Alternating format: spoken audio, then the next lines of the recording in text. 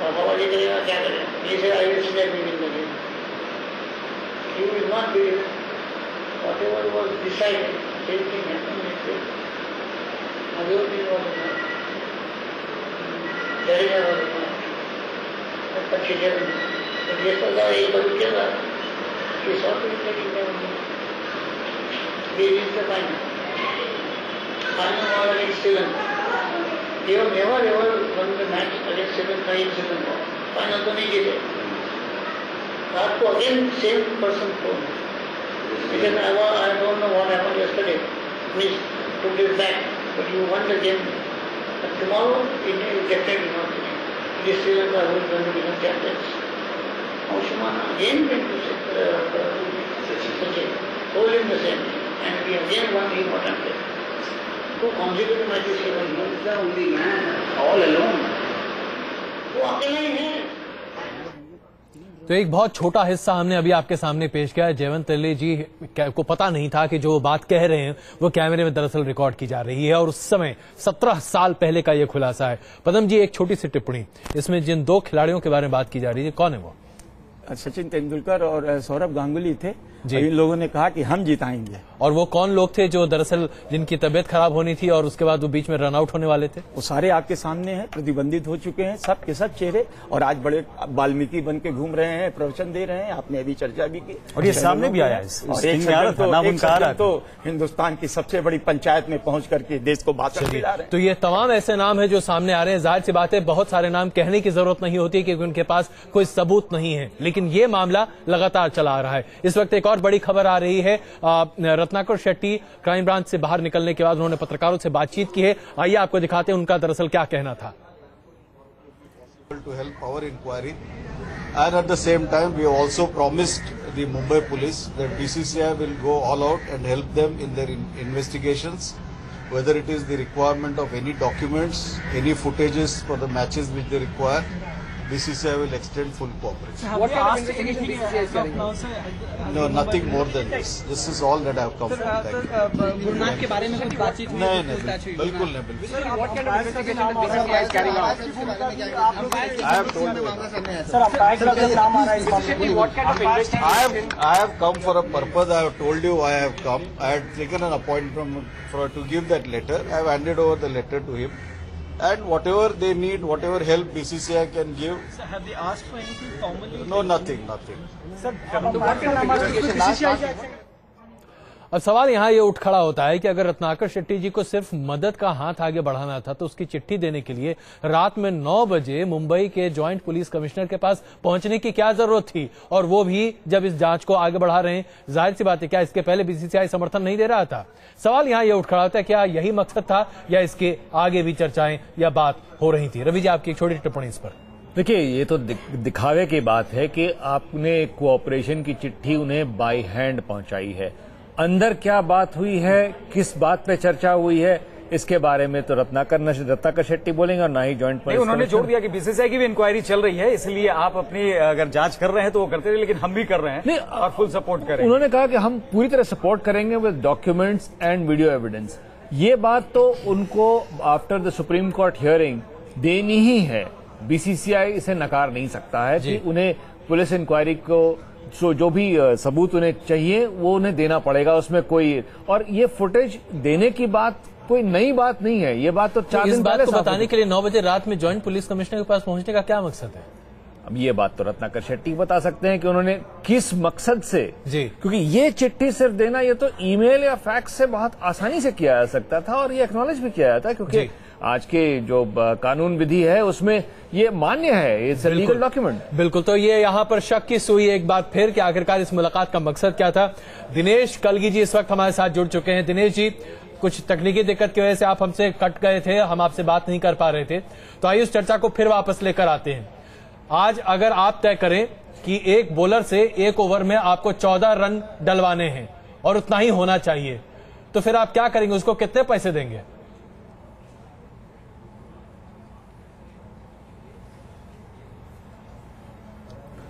ऐसा लग रहा है कि तकनीकी दिक्कत दिनेश जी के साथ है। ये अहम सवाल है और इस सवाल का जवाब हम उनसे नहीं ले पा रहे हैं, क्योंकि इस पूरे मामले पर जितनी पैनी नजर उनकी रही है, इस धंधे को बहुत करीब से वो देखते रहे। हम दोबारा उनसे संपर्क साधने की कोशिश कर रहे हैं, लेकिन अगर हम जी अजय जी, ये बड़ा कॉम्प्लिकेटेड है, इसको कोई जरूरत नहीं है करने की। ये क्यों किया मूर्खों ने, मेरी समझ में नहीं आता है। सिर्फ एक 9 बाल डालिए और आप करोड़ों कमाइए, अरबों कमाइए। ये 14 और 13 और 12 चंदिला के लिए और उनके लिए, अंकित के लिए तो हो सकता है, क्योंकि वो अभी नेशनल टीम में नहीं है, लेकिन आप श्रीसंत जैसे खिलाड़ी से भी 40 लाख रुपए में ये उम्मीद कर रहे हैं। मैं ये कह रहा हूं कि ये कॉम्प्लिकेटेड काम क्यों? आप तो सिर्फ एक 9 बाल करना है आपको, बस एक 9 बाल डाल दीजिए और आप 100 करोड़ 200 400 करोड़ कमा लीजिए। तो ये 14 और 13 की कोई जरूरत नहीं है। इतना आसान हो गया अजय जी कि आप आराम से उस खिलाड़ी से कहिए, भैया 2 करोड़ रुपया ले लो और मैं हूं तुम्हारे साथ। बिल्कुल, हनी ट्रैप जिसको कहते हैं, और वो आप सुबेरे आप 200 करोड़ कमाइए। एक और हम आपको, जो तहलका ने जो स्टिंग ऑपरेशन किया था, उसी की एक और छोटी सी कड़ी हम आपके सामने और पेश करना चाहते हैं। फिक्सिंग का सबसे बड़ा सरगना दाऊद इब्राहिम इस धंधे में काफी पहले से जुड़ा हुआ है और 80 के दशक से ही शारजाह में भारतीय ड्रेसिंग रूम में कई बार उसे देखा भी गया था। किस तरीके से वो इस पूरे मामले में जुड़ता रहा है वो भी हम आपको दिखाएंगे, और साथ ही साथ हम आपके सामने पेश करने जा रहे हैं कि टीम इंडिया के पूर्व कप्तान रवि शास्त्री ने जो इस स्टिंग ऑपरेशन में खुलासा किया था, और साथ ही साथ पूर्व कप्तान अजहरुद्दीन का नाम भी उसमें सामने आया था। कैसे ये तमाम लोग सामने आ रहे हैं, कैसे खेल के बारे में तमाम पहलू है और उससे जुड़ा है पैसा। तो ये जरा स्टिंग ऑपरेशन देखिए, 17 साल पहले का है ये, उस समय हो रहा था, आज क्या हो रहा होगा ये सोचिए। पप्पू बुटानी के साथ है, शामियाना में बैठा है, तू खेल रहा था, यू आर जस्ट फिनिश्ड है। टाइटन कप तेरा खत्म हो गया था। मैंने टाइटन कप दिखा ना उसके बाद ऑफिस जॉब में बैठा है वो, ये लगा था कुछ बड़ी, हाँ तो पप्पू पता है ना, तो अजहर बहुत अच्छा गया नहीं है, ठीक है, सस्ता ही है। कितना 5-6 लाख का है, 1 मिनट पर गया, दिल्ली में 6 लाख लाए, बड़ी लेके चले गए, पप्पू को दिया पैसा दिया। हाँ, पप्पू का हाथ पड़ गया, ऐसा बड़ी लगी गई, पप्पू गिर गया। बोलता मैंने फेंका, मुझे 1-2 लाख का बढ़िया, मैंने ऐसे 5 बोल दिया। देखा गया। तो ये आपने देखा किस तरीके से अजहरुद्दीन की बात सामने आ रही थी। हालांकि इसके बारे में कुछ कहना इसलिए उचित नहीं है क्योंकि जाहिर सी बात है उनके ऊपर अभी तक कोई वैसे आरोप सिद्ध नहीं हो पाए थे और कोई पनिशेबल ऑफेंस उनका नहीं था। लेकिन आरोप सिद्ध थे, लेकिन पनिशेबल ऑफेंस नहीं, और पनिशेबल ऑफेंस नहीं। लेकिन पैसे कितने होते हैं कि आप 1 लाख के 6 लाख देने को तैयार थे उस वक्त में भी, एक घड़ी के लिए? पैसा जो है ना खर्च करना था, वो कहीं रख नहीं सकते इधर उधर, वो तो झोले में से, ड्रेसिंग रूम में से निकाल के लाए। पैसे उस समय भी झोले में मिल जाते थे, रखे रहते थे।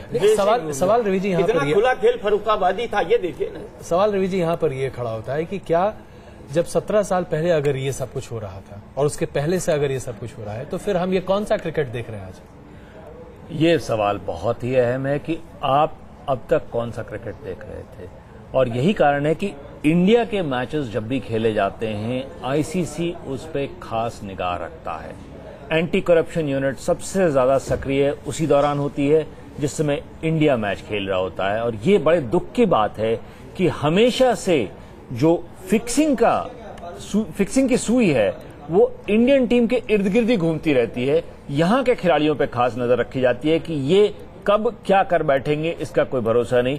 और जब जिस समय मैंने खुद अंतर्राष्ट्रीय टूर्नामेंट्स में देखा है कि जो एंटी करप्शन यूनिट के अधिकारी हैं वो इंडियन ड्रेसिंग रूम के बाहर बहुत ज्यादा तैनात रहते हैं, बाकी ड्रेसिंग रूम्स के सामने उतने ज्यादा लोग नहीं होते हैं, क्योंकि जाहिर है कि यहां पे मिलने जुलने वालों का तांता लगा रहता है और उसमें कौन आ रहा है, किससे मिलने आ रहा है, इस बात पे खास नजर रखी जाती है। वेयर अबाउट क्लॉज भी इसलिए अभी लगता है कि उसका विरोध किया गया। वेयर अबाउट क्लॉज तो सिर्फ एंटी डोपिंग के लिए है, और नहीं उसमें भी खिलाड़ियों पर नजर रहेगी कि वो कहाँ है, बताना पड़ेगा उसे। नहीं वो बताना पड़ेगा, और उसमें कोई, मैं नहीं समझता कि कोई ऐसी बहुत ज्यादा दिक्कत होनी चाहिए, क्योंकि अगर खिलाड़ी अपने होटल रूम में है फला दिन, बिल्कुल। तो कोई बड़ी बात नहीं है। और वहां किस तरीके से फिक्सिंग हो रही है वो अलग बात है। लेकिन अब इसके साथ साथ एक और अहम मसला है जिस पर हम अपनी चर्चा शुरू करते हैं। इस वक्त हमारे साथ टीआर कक्कड़ जी, दिल्ली के पूर्व पुलिस कमिश्नर, और इकबाल शेख जी, वरिष्ठ आईपीएस अधिकारी हमारे साथ जुड़ रहे हैं।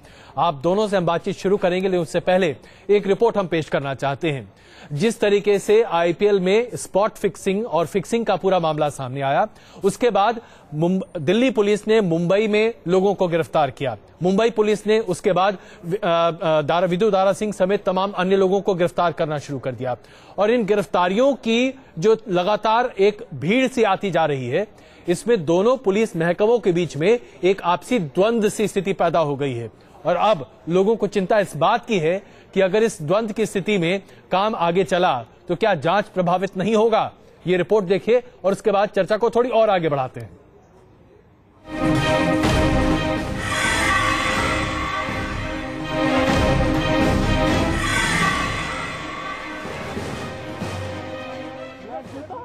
आईपीएल में फिक्सिंग के काले धंधे का पर्दाफाश करने में लगी दिल्ली और मुंबई पुलिस में अब आपस में ही ठन गई है।